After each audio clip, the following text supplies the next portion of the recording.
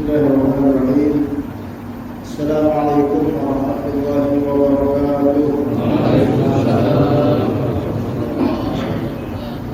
Alhamdulillahirabbil alamin wa bihi nasta'in ala umuri dunya wa dini asyhadu an la ilaha illallah wa asyhadu anna Muhammadan abduhu wa rasuluhu la nabiyya ba'dahu.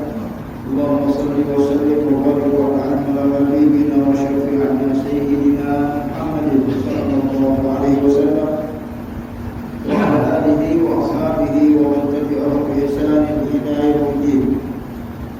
Rabbi shrah li sadri wa yassir li amri wa hlul 'uqdatam min lisani. Allahumma anfa'na bima 'allamtana wa 'allimna ma yanfa'una wa la zidna ilma. Semoga Allah berkenan menambahkan ilmu pengetahuan kita tentang ajaran agama. Semoga apa yang kita simak pada malam hari ini bermanfaat bagi kehidupan dunia dan akhirat kita. Amin ya rabbal alamin. Yang kami hormati segenap para orang tua kami, para sesepuh, segenap pengurus DKM Masjid Al-Rahmah, bapak-bapak, keluarga besar jamaah Masjid Al-Rahmah, jamaah sholat maghrib yang mudah-mudahan kita semua yang hadir pada kesempatan malam hari ini senantiasa mendapatkan taufik dan hidayah dari Allah Subhanahu wa taala. Amin ya rabbal alamin. Alhamdulillah, kembali kita bisa bersilaturahmi dalam ta'lim rutin di pembahasan kita. Mudah-mudahan apa yang kita laksanakan pada malam hari ini bagian dari perpanjangan amaliyah ibadah kita kepada Allah Subhanahu wa taala yang insyaallah kelak di akhirat akan kita raih pahalanya secara sempurna. Amin ya rabbal alamin. Melanjutkan tema pembahasan kita mengenai tentang kesunahan yang sangat dianjurkan di dalam pelaksanaan ibadah sholat. Salah satu di antara yang diajarkan oleh baginda Nabi Muhammad SAW, setidaknya kita membaca surat tambahan setelah membaca surat Al-Fatihah. Jadi kalau setelah Al-Fatihah habis kita baca amin, jangan langsung rukuk. Bacalah surat yang setidaknya mudah untuk kita baca, baik yang pendek maupun yang panjang, baik suratnya lengkap maupun suratnya cuplikan, atau kita baca beberapa ayat lalu kemudian baru kita kemudian rukuk.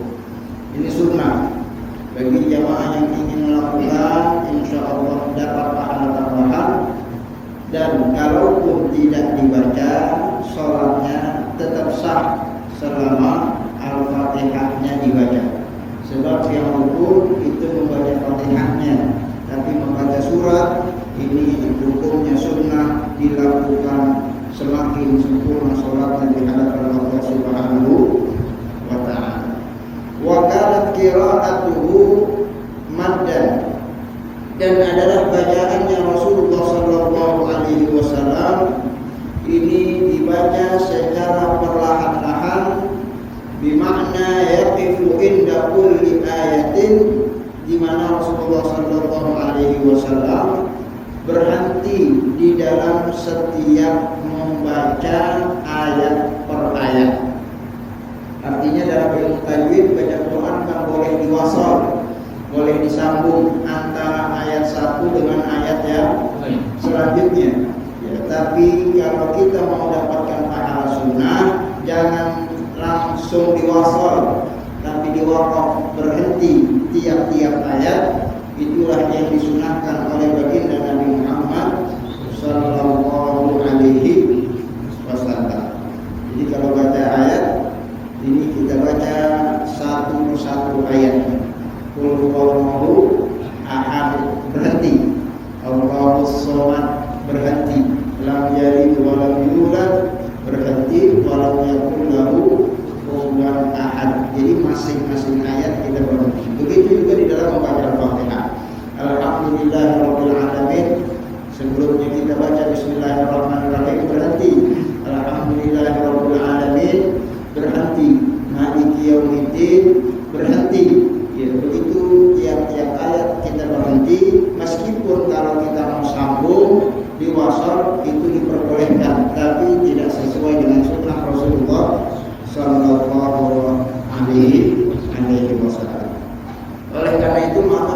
khusus ini biasanya pelaksanaan sholat tarawih, biasanya imam wasol aja, dia biar cepat sholatnya, ayatnya disambung, baca fatihah satu nafas, sudah udah selesai, maksudnya udah bangun amin duluan. Ya, jadi itu tidak sunnah. Ya, tidak sunnah. Kalau kita mendapatkan pahala sunnah, berhenti tiap-tiap ayatnya, kita nikmati, kita tadabburi, mudah-mudahan meresap ke dalam diri. Semakin banyak ayat yang kita baca, semakin bertambah keimanan kita kepada Allah Subhanahu wa Ta'ala. Amin ya rabbal alamin.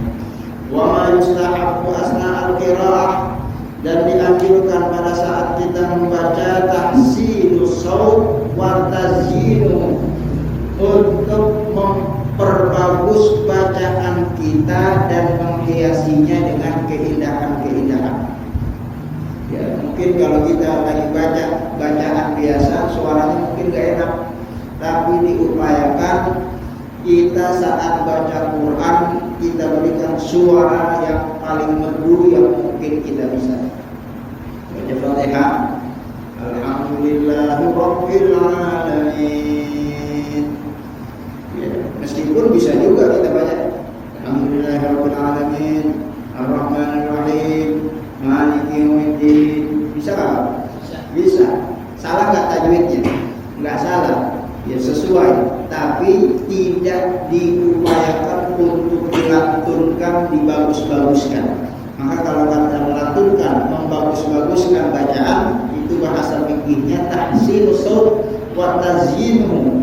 Ya, kita perindah kita punya suara, yaitu adalah bagian dari kesunahan Rasulullah Sallallahu Alaihi Wasallam. Sebab Rasulullah bersabda, zayyinu aswatakum bil Quran. Kalian hendak baca Quran, maka perbaguslah suara kalian. Laisa minna man lam yataghanna bil Quran. Bahkan Rasulullah bersabda, bukan termasuk golongan kami orang yang kalau baca Qurannya itu asal-asalan. Ya, enggak dihinakan, enggak dilantunkan, enggak diperbagus. Karena yang kita baca ini bukan sembarang bacaan. Yang kita baca itu adalah firman Allah Subhanahu wa Ta'ala, kitab suci umat Islam seluruh dunia. Maka hendaklah kita memperbagus bacaan kita, terutama di dalam sholat-sholat yang kita laksanakan. Insya Allah saat kita perbagus, kita punya bacaan, insya Allah bertambah pahala selain membaca Quran, tapi pahala mengikuti sunnahnya Rasulullah Sallallahu Alaihi Wasallam. Qala An-Nawawi, berkata Imam Nawawi, yusannu li kulli man qara'a fi shalah aw ghairiha idza marra bi ayatir rahmah ayas'alallah ta'ala min fadlihi. Bahkan tidak sampai di situ kesunahan Rasulullah. Kesunahan yang sangat dianjurkan nanti saat kita baca ayat, ketemu ayat-ayat tentang rahmat, ayat-ayat tentang surga, ayat-ayat tentang nikmat, ayat-ayat tentang janji-janji kabar gembira yang Allah berikan kepada orang-orang beriman di dalam Al-Quran, maka hendaklah kita minta kepada Allah, mudah-mudahan kita termasuk orang yang mendapatkan anugerah tersebut. Amin ya rabbal alamin. Wa idza marra bi ayatin azab, kalau ketemu ayat yang kita baca, ayat yang kita dengar, ayat-ayat tentang siksa api neraka, ayat-ayat tentang azab, ayat-ayat tentang amarah Allah Azza wa Jalla kepada orang-orang yang bermaksiat, maka hendaklah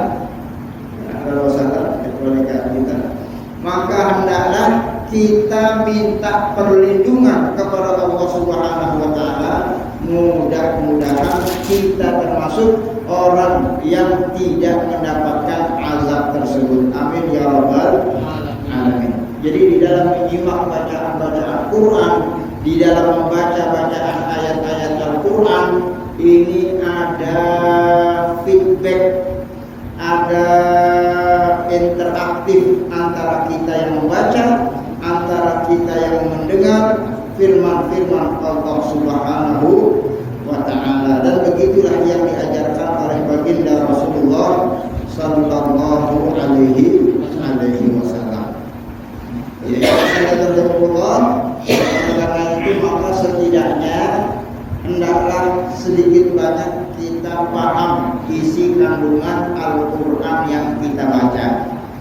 Sebab kalau kita nggak paham, ya mana yang ayat azab, mana yang ayat rahmat, kita nggak tahu. Kalau kita nggak paham, ini lagi ngomongin surga, apalagi ngomongin neraka, ya karena nggak paham. Jadi, jangan lagi ngomongin surga nangis-nangis gitu. Ya, padahal ayatnya ayat tentang kabar gembira. Giliran ayat tentang neraka, dia malah senyum-senyum, ya, karena nggak paham.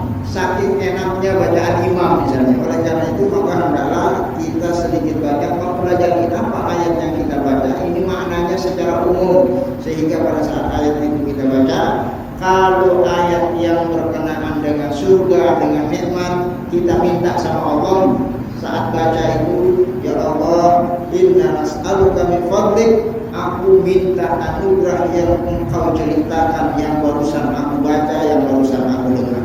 Dan pada saat kita mendengar ayat azab, kita bermohon kepada Allah, a'udzubika min zalika, aku berlindung dari hal-hal yang demikian. Insya Allah mudah-mudahan Allah kabulkan semua permohonan kita semuanya. Amin ya rabbal alamin. Wa yustahabbu likulli man qara'a alaysa Allahu bi ahkamil hakimin.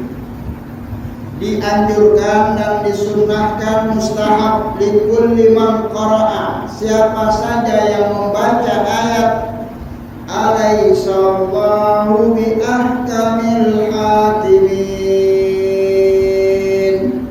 Sunnah kita baca apa sunnahnya Pak? Bala wa ana dzalika minasy syahidin. Ini sunnah. Jadi kalau kita baca tentang ayat alayhisallahu bi ahkamil hakimin, atau kita jadi makmum imamnya baca alayhisallahu bi ahkamil hakimin, sunnah kita yang baca, sunnah kita yang lagi dengar mengucapkan bala, iya ya Allah, wa ana dzalika minasyahidin, aku termasuk orang yang mempersaksikan hal tersebut. Ya, ayatnya ini berbicara tentang bukankah Allah seadil-adilnya yang menjadi hakim-hakim yang punya keputusan-keputusan. Maka kita jawab bala wa ana dzalika minasyahidin. Apa jawabannya Pak? Bala wa ana dzalika minasyahidin. Kita baca sama-sama. Bala wa ana dzalika minasyahidin. Saya ulangi. Bala wa ana dzalika minasyahidin. Saya imamnya. Alayhisallahu bi ahkamil hakimin. Bala wa ana dzalika minasyahidin. Syahidin pokoknya syahidin. Ya kalau ujungnya syahidin udah benar mudah-mudahan. Namanya jawab. Ini sunnah. Disunnahkan bagi orang yang baca alayhisallahu bi ahkamil hakimin membaca tersebut, dan bagi orang yang mendengarnya juga dianjurkan membaca tersebut bala wa ana dzalika minasyahidin. Sebagaimana juga disunnahkan pada saat kita membaca ayat atau kita mendengar ayat, fa bi ayyi haditsin ba'dahu yu'minun. Apa jawabannya? Ya, enak banget ya. Salah. Baik. Qala amantu billah. Ya, apa jawabannya? Qala-nya enggak usah.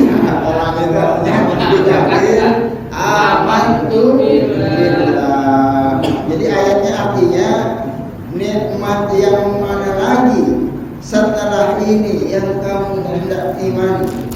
Ya, maka kita ucapkan aku beriman kepada Engkau ya Allah. Ya, amantu billah. Ini gampangan. Ya, saya ulangi, saya baca.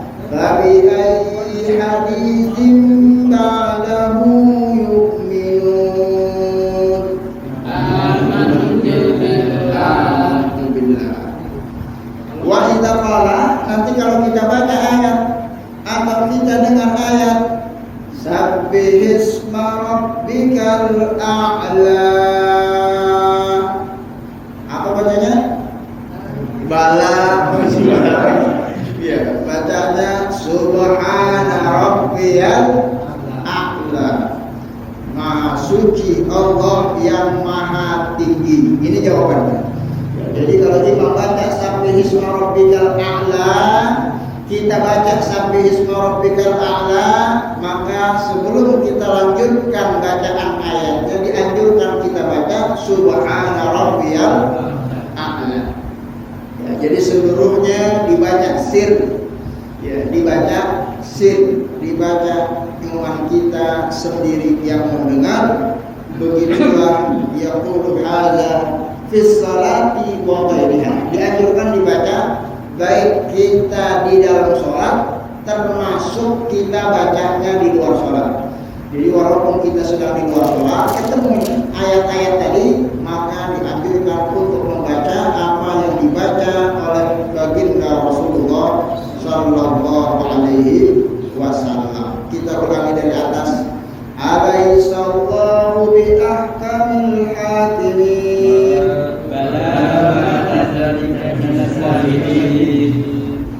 Fabi ayyi haditsin ba'dahu yu'minun. Amantu billah. Sabbihisma rabbikal a'la. Sunnah dibaca dapat pahala, enggak pun ya enggak dosa, namanya juga sunnah. Tapi kalau kita bisa baca, silakan kita baca, insya Allah di sana ada pahalanya. Wa sunnah ayajharal musalli fi raka'ataini subhi wal jumu'ah. Sunnah baca surat setelah Fatihah sebagaimana yang disampaikan, dibaca secara jahar di rakaat subuh dan rakaat sholat Jumat. Ya, jadi sholat subuh habis sholat tolid baca dijaharkan karena sholatnya sholat jahar. Termasuk pelaksanaan sholat Jumat dibacanya secara jahar. Awwalaini minal maghribi wal isya. Dua rakaat pertama di dalam sholat maghrib dan sholat isya. Di sholat maghrib barusan dua rakaat pertama suratnya itu dijaharkan. Ya, sholat isya nanti yang dijaharkan di dua rakaat yang pertama. Artinya rakaat ketiga sir, rakaat yang keempat juga sir. Wal idaini wal kusufi wal istisqa. Begitu juga di dalam pelaksanaan sholat Idul Fitri dan Idul Adha. Kemarin lebaran imamnya kedengaran suaranya? Sunnah memperdengarkan suara imamnya. Termasuk juga sholat kusuf, sholat gerhana, sholat istisqa. Ya nanti kalau kapan-kapan kita melaksanakan sholat istisqa, minta hujan karena kemarau panjang, udah lama nggak turun hujan, maka pelaksanaan sholat istisqa bacaannya sama seperti bacaan sholat Id maupun sholat Id. Wa yusirru fi zuhri wal asr. Dan kalau sholat zuhur dan sholat asar dibacanya secara sir karena sholatnya sholat sir, maka Al-Fatihahnya sir, maka surat tambahan setelah Al-Fatihah juga dibaca sir. Wasalisatil maghribil akhiraini minal isya'i amma baqiyatun nawafil. Adapun sisa dari sholat-sholat sunnah yang lainnya yang tidak disebutkan dari yang barusan kita sebutkan, fahan nahariyat la jahra fiha. Kalau sholat sunnahnya, sholatnya siang-siang, sholatnya pagi-pagi, sholatnya sore-sore, maka bacaan suratnya tidak dijaharkan. Yang mau sholat duha nggak jahar, yang mau sholat syuruk nggak jahar, yang mau sholat qabliyah, sholat ba'diyah zuhur, qabliyah asar tidak jahar karena sholatnya siang.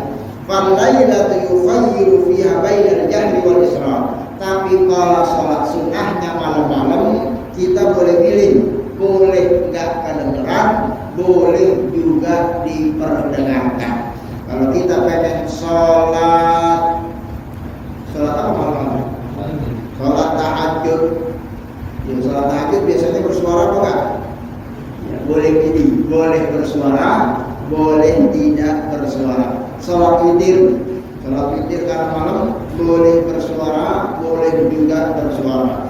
Mau sholat istikharah malam-malam sholatnya, maka boleh bisa bersuara, boleh juga tidak bersuara. Maksudnya boleh kita jahar, boleh kita sir.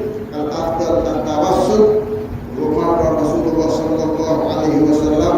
Maka yang paling utama menurut para ulama itu bacaannya, kalau yang pelan jangan terlalu pelan, jangan nyaris nggak terdengar. Kalau mau kencang jangan kencang-kencang, khawatir nanti tetangga bangun kita lagi sholat tahajud. Yang paling ideal al-afdal at-tawassut, suaranya itu disesuaikan. Pernah satu hari peristiwa terjadi, marra Rasulullah sallallahu alaihi wasallam lailatan bi Abi Bakrin wa huwa yusalli. Rasulullah pernah lewat suatu malam, dia dapati Sayyidina Abu Bakar lagi melaksanakan sholat. Sholatnya kecil, suaranya nyaris nggak kedengaran. Yakhfidu sautahu. Ya, kemudian gak lama Rasulullah teruskan jalannya. Wa marra bi Umar, ketemu juga sama Umar. Umar juga lagi sholat. Rafi'an sautahu. Cuman modelnya sholatnya Umar lain, suaranya kencang. Ya, karena kita tahu kan Umar mantan preman, badannya gede. Kalau badannya gede, suaranya gede, sehingga suaranya ini rafi'an, agak tinggi. Padahal sholatnya sholat qiyamul lail. Selesai, ini dua sahabat yang melaksanakan ibadah sholat.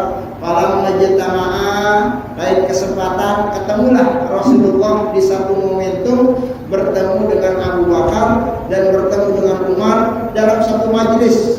Faqala, Rasulullah kasih nasihat, ya Abu Bakrin, wahai Abu Bakar, marartu bika, aku pernah tempo hari lewat, aku lihat engkau sedang sholat, wa anta tusalli takhfidu sautak, tapi engkau punya suara kecil banget. Qala ya Rasulullah, aku ya Rasulullah, suara aku kecil ini karena aku tentunya beribadah kepada Tuhan yang maha mendengar ucapan-ucapan yang diucapkan oleh hambanya. Allah, walaupun suara kita kecil, dengar apa enggak? Dengar. Makanya kata Sayyidina Abu Bakar, saya kecilin suara, meskipun kecil saya punya suara, Allah pasti dengar ya Rasulullah. Wa qala, lalu kemudian Umar, Rasulullah sallallahu alaihi wasallam berkata kepada Umar, marartu bika ya Umar, ente juga Umar, tempo hari anda juga lewat, ente lagi sholat, wa anta tusalli rafi'an sautaka, aku dapati engkau bacaan sholatnya kencang banget.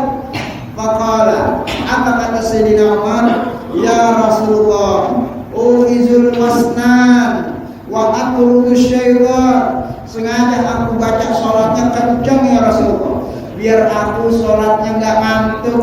Sebab kalau kecil saya khawatir jadi ngantuk ya Rasulullah. Wa aqrudu syaitan, aku juga ingin sekaligus musir setan yang ada di sekitar ya Rasulullah. Sebab setan akan kabur dengan bacaan surat ayat-ayat Allah yang dibacakan kepada mereka. Ibarat Allah, apa jawaban Rasulullah sallallahu alaihi wasallam kepada dua sahabat yang mulia ini? Faqala sallallahu alaihi wasallam, Rasulullah bersabda, ya Abu Bakrin, irfa' sautaka syai'an, wahai Abu Bakar, kencangin dikit suaranya, volumenya, jangan terlalu pelan. Sedangkan kepada Umar, Rasulullah bersabda, irfid min sautika syai'an, pelanin suara sedikit wahai Umar. Rawahu Ahmad, hadis diriwayatkan oleh Imam Ahmad dan riwayat Abu Dawud. Jadi dalam hadis informasi ini menyebutkan bahwa Umar yang suaranya kekencangan disuruh kecilin, Abu Bakar yang suaranya kekecilan disuruh kencengin. Makanya kata para ulama, suara yang sedang-sedang saja di dalam pelaksanaan sholat qiyamul lail itu adalah suara yang lebih utama karena diperintahkan oleh Rasulullah sallallahu alaihi wasallam. Dan begitulah ya pendidikan, edukasi yang diberikan oleh Rasulullah kepada kedua sahabat beliau, Abu Bakar, Umar radhiyallahu anhu pada saat melaksanakan amaliyah ibadah yang caranya sedikit berbeda. Yang satu pelan banget, yang satu kencang banget. Ya, ini kalau di zaman kita mungkin itu ngapa pelan banget, bid'ah itu.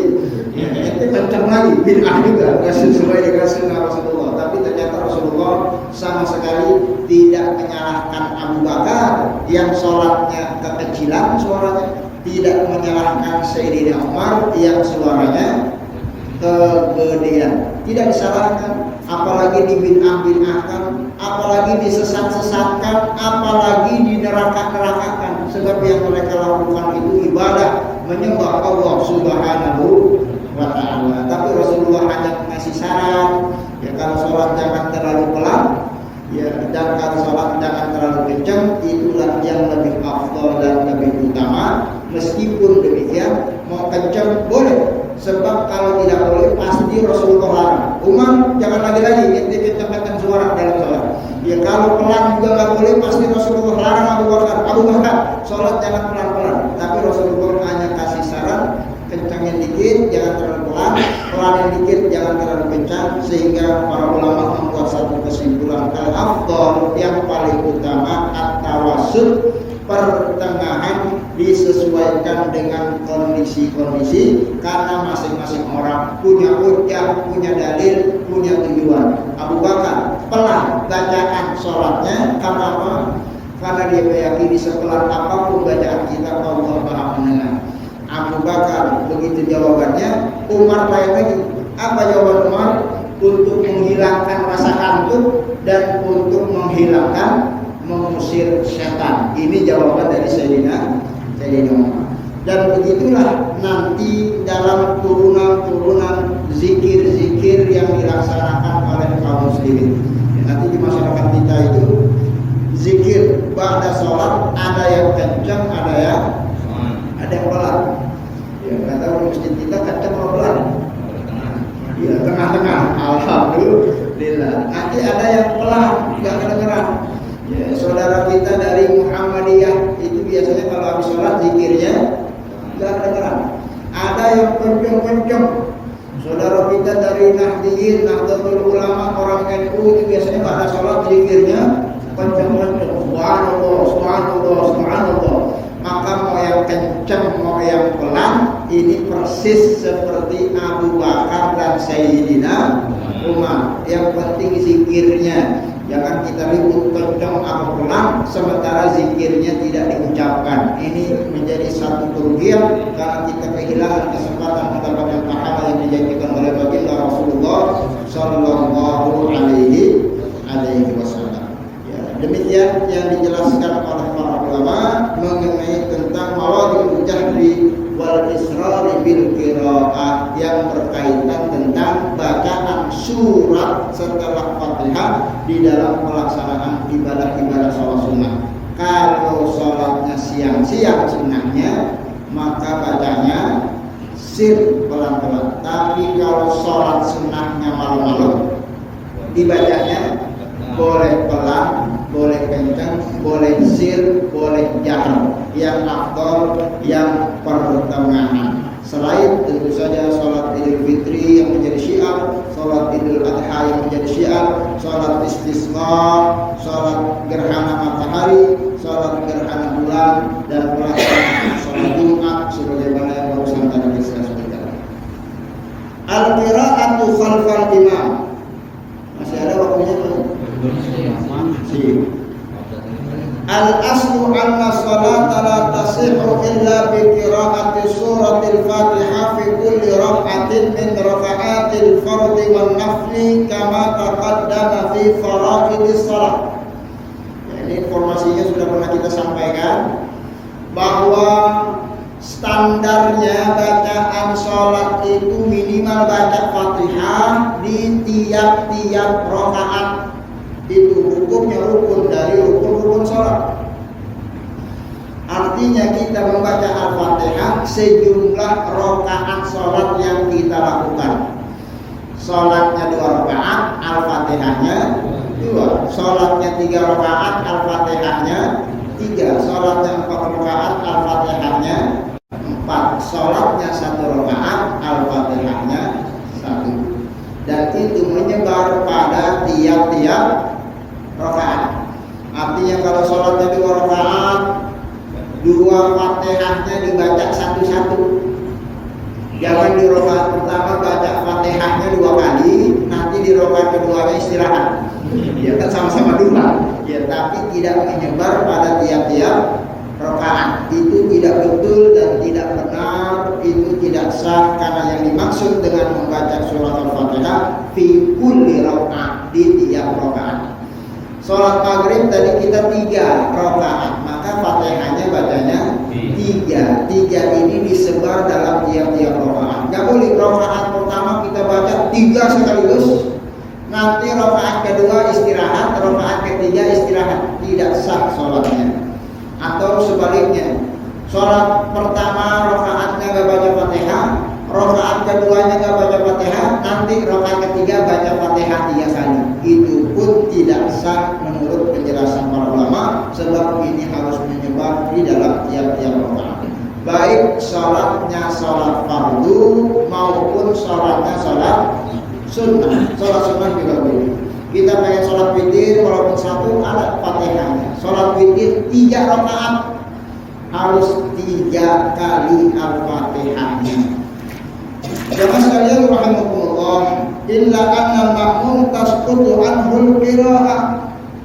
Hanya saja dijelaskan oleh sebagian para ulama, bacaan Fatihah yang wajib kita baca dalam tiap-tiap rakaat itu kalau statusnya kita menjadi makmum, tasqutul anhu qira'ah, bisa memungkinkan kewajibannya itu tergugurkan dengan bacaan yang dibaca oleh imam, selama sholatnya itu sholat yang sifatnya jahriyah. Sholat jahriyah subuh, maghrib sama isya. Jadi kalau sholat subuh, sholat maghrib sama isya, kalau kita jadi makmum, boleh kita nggak baca surat Al-Fatihah, karena Fatihahnya itu sudah gugur dibaca sama imam. Kenapa demikian? Karena berlaku firman Allah. Allah Azza wa Jalla berfirman, wa idza quri'al Qur'an fastami'u lahu wa ansitu la'allakum turhamun. Kalau lagi dibacakan Quran, apa yang harus dilakukan? Dengarkan, simak, isma'u wa ansitu. Biar apa? La'allakum turhamun, biar kalian mendapat rahmat kasih sayang Allah Subhanahu wa ta'ala. Kalau imam lagi baca Quran, maka makmum di belakang dengerin bacaan imam. Kalau makmumnya juga di belakang baca, bisa nggak dia dengar yang dibaca imam? Ya, dia nggak bisa dengar. Maka berdasarkan ayat ini, sebagian para ulama menyimpulkan kalau kita makmum, ya tugasnya cuma dengerin imam. Kapan imam baca, kita dengerin. Ya, kapan imam bilang waladhdallin, kita bilang amin. Kapan bilang imam sabbih isma rabbikal a'la, kapan imam bilang fa bi ayyi haditsin ba'dahu yu'minun, kapan imam bilang alaihissallahu bi ahkamil hakimin. Ya, kita ikutin apa yang dibaca sama imam. Sebab kalau kita nggak dengar, kita nggak bisa baca itu. Ya, maka begitulah yang berlaku bagi orang yang sholatnya jadi makmum di dalam sholat yang sifatnya jahr.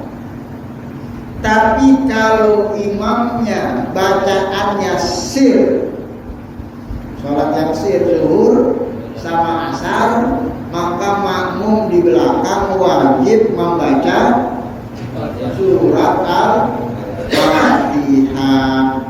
Wajib. Ya, karena masing-masing kita baca. Apa yang kita baca? Tentunya membaca surat Al-Fatihah. Maka lahu imam fa qiraatil imam lahu qiraah.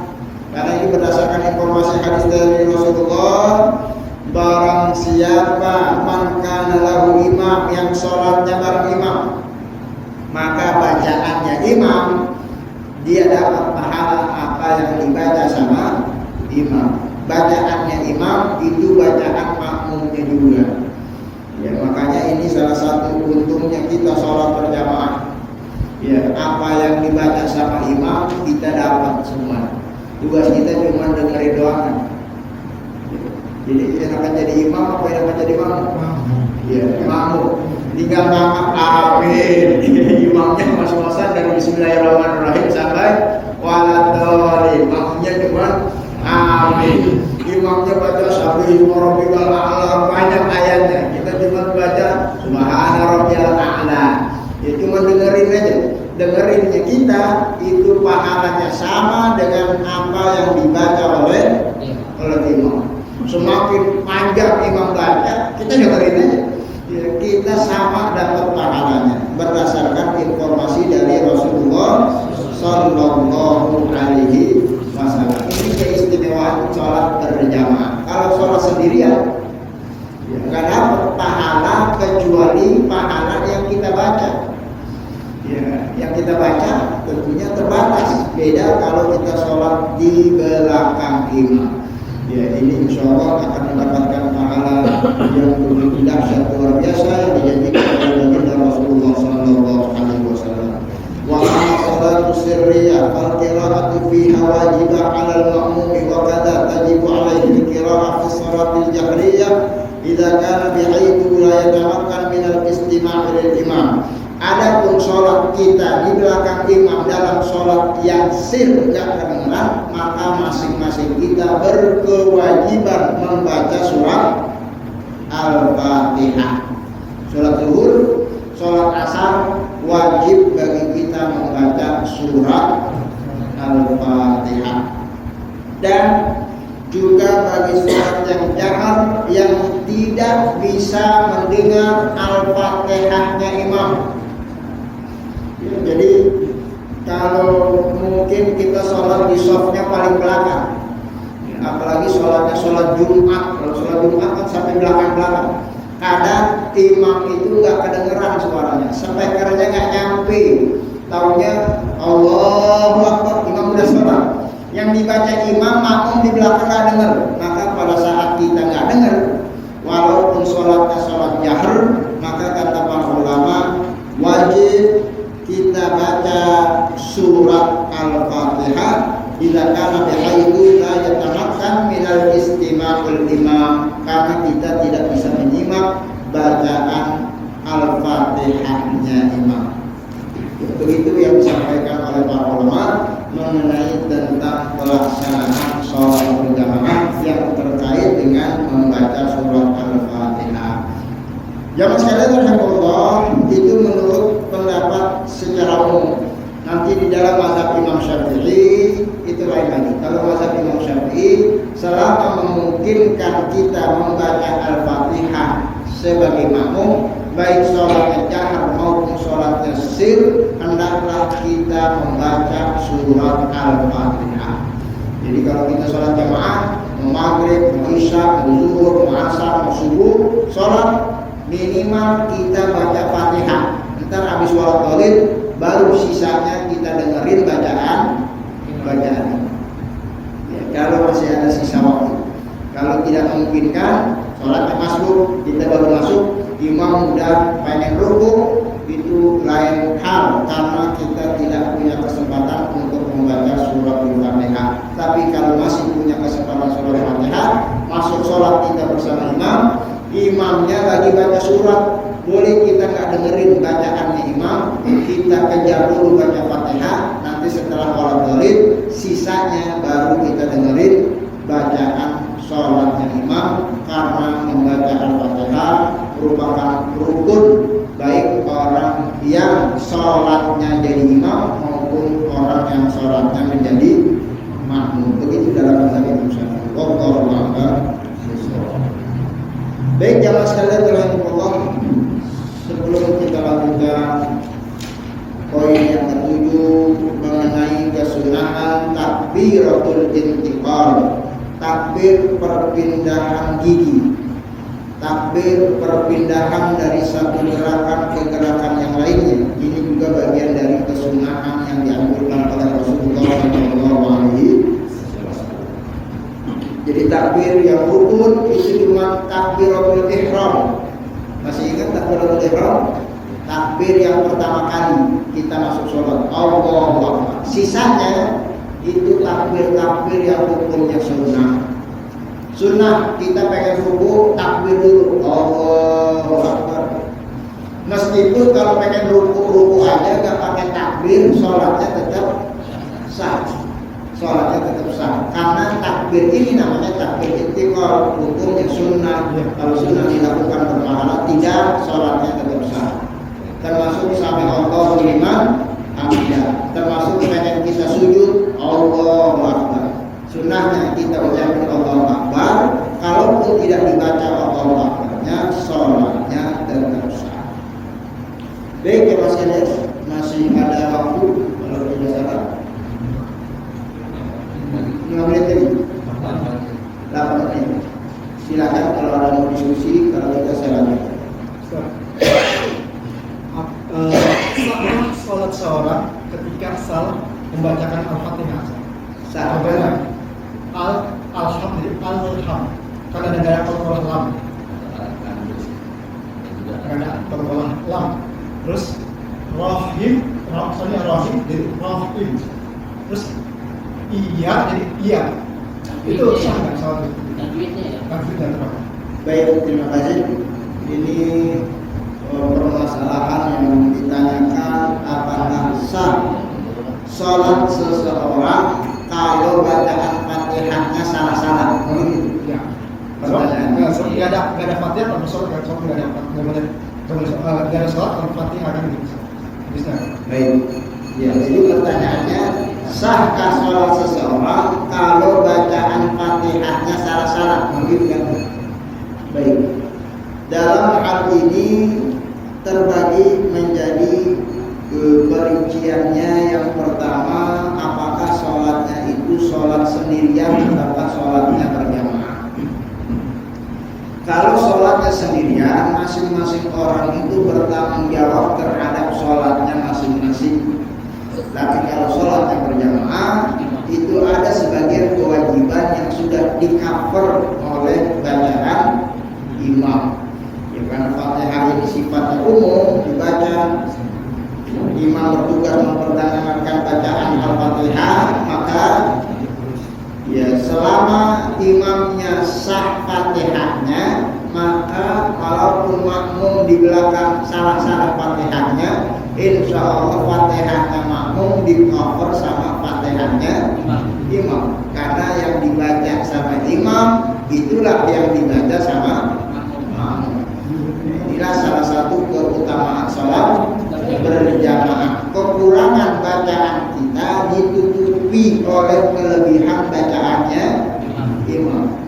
Ya, makanya idealnya imam kita kayak Ustaz Nurman bacaannya, sehingga kita dapat pahalanya seperti bacaan beliau.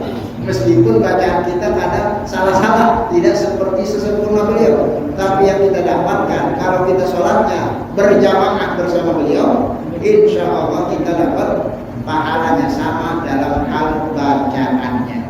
Jadi yang jadi standar bacaannya itu bacaannya imam. Tapi kalau sholatnya sendirian, ini lain hukum. Berarti yang Fatihah yang dinilai Al-Fatihahnya siapa? Al-Fatihah yang bersangkutan. Fatihahnya Ustaz Nurman buat Ustaz Nurman, Fatihah saya buat saya, Fatihah Bapak buat Bapak. Masing-masing orang Fatihahnya masing-masing itu yang dinilai. Sehingga kalau salah-salah baca Fatihahnya, ini juga dilihat nanti menjadi dua di pembahasan oleh para ulama. Yang pertama adalah apakah kekeliruannya itu fatal atau tidak fatal. Ya, nanti yang bersifat fatal itu membatalkan sholat. Yang tidak fatal tidak membatalkan sholat. Ya, di antara yang fatal itu kalau berubah arti, berubah makna, meskipun cuma sekedar dipanjang pendekkan atau mungkin mungkin ditukar ganti ataupun diubah-ubah, ya ini membatalkan ibadah sholat. Misalnya dibaca Bismillahirrahmanirrahim, jadi diganti Bismillahirrahmanirrahim, diganti-ganti sehingga artinya jadi berubah. Kalau berubah arti, berubah makna, kalau yang diubah surat Al-Fatihah maka sholatnya tidak sah. Sholatnya tidak sah. Bismillahirrahmanirrahim. Nirrahim itu mah nirrahim, a'udzubillahi minasyaitonir rajim. Berubah arti. Allah yang bilang rajim. Ya, padahal cuma merubah huruf H sama jim, dikasih titik doang, cuma fatal akibatnya. Harusnya Maha Pengasih lagi Maha Penyayang, Maha Pengasih dan terlaknat. Padahal maksudnya Allah Subhanahu wa Ta'ala. Kata para ulama, kalau merubah arti, merubah makna, apalagi maknanya berlawanan, maka batal sholatnya, apalagi yang terkait dengan rukun dari rukun-rukun sholat. Ada ayat Isa bin Luqman. Isa anaknya Luqman, padahal harusnya Isa ibnu Maryam, anaknya Maryam. Maka kata para ulama batal sholatnya karena merubah arti, merubah makna. Kesalahannya adalah kesalahan fatal. Tapi kalau kesalahannya tidak fatal, tidak merubah arti, tidak merubah makna, hanya terkait dengan kesempurnaan, para ulama masih mentolerir. Ya, misalnya terkait dengan mana idgham, mana ikhfa, mana iqlab, ya mana tarqiq, mana tafkhim, ya sama-sama roh, ada rohnya tipis, ada rohnya al-qawlat, makabi, ya itu kan butuh keahlian khusus, ya, tapi dia tidak merubah arti, tidak merubah makna, maka ini masih bisa ditolerir. Ya, misalnya idghamnya kurang panjang, gunnahnya kurang pas, ya numnya kurang dalam, makharijul hurufnya kurang fasih, hamzah kha, itu kan harus ada perubahan-perubahan, yaitu perlu ilmu khusus. Ya, kalau masih seperti itu masih ditolerir selama tidak merubah arti, tidak merubah makna. Jadi tinggal dilihat yang mana kesalahan dan kekeliruannya. Kalau fatal, sholatnya tidak sah, apalagi berkenaan dengan surat Al-Fatihah.